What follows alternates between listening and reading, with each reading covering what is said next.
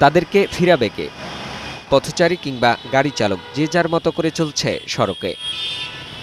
গতকাল রাজধানীর বনানীর এই এলাকায় রাস্তা পার হওয়ার সময় ট্রাক চাপায় একজনের মৃত্যু হয়, অথচ তার পরের দিনই এমন অবস্থা। মানুষের মধ্যে সচেতনতা বাড়ছে না। ঝুঁকি নিয়ে রাস্তার আইল্যান্ড টোপকে সুযোগ বুঝে দ্রুতগতির যানবাহনের সামনে দিয়েই দৌড়ে পার হচ্ছেন।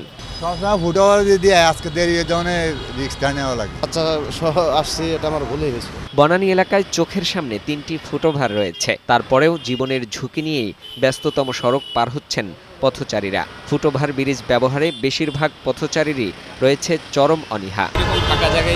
হ্যাঁ, এটা আমি জানি।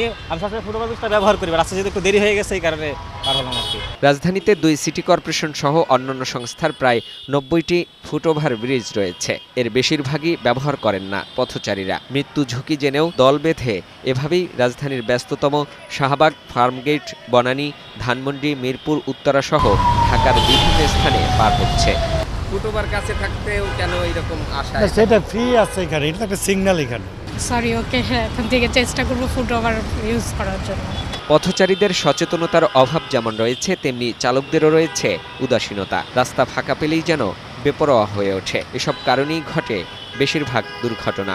যখন খালি থাকে তখন আপনার কি করে, গাড়ি তো অনেক স্পিড থাকে, তখন এই এরোপাতারি গেলে পরে এই অ্যাক্সিডেন্টগুলো ঘটে।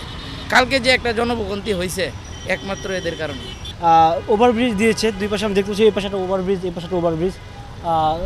যারা সাধারণ পথচারী আছে, আমার উচিত এই ওভারব্রিজটা ব্যবহার করা সবচেয়ে উত্তম। ফুটওভার ব্রিজ নির্মাণেই যেন দায় শেষ কর্তৃপক্ষের। দৃষ্টিনন্দন করা হলেও থাকে না কোনো তদারকি। নিয়মিত পরিষ্কার পরিচ্ছন্ন করা হয় না ব্রিজগুলোকেও। আবার কোনো কোনো ব্রিজ পরিণত হয় ময়লার স্তূপ ও ছিন্নমূল মানুষের আবাসস্থলে। সড়কে শৃঙ্খলা ফেরাতে নাগরিক সচেতনতা জরুরি বলে মনে করেন বিশেষজ্ঞরা।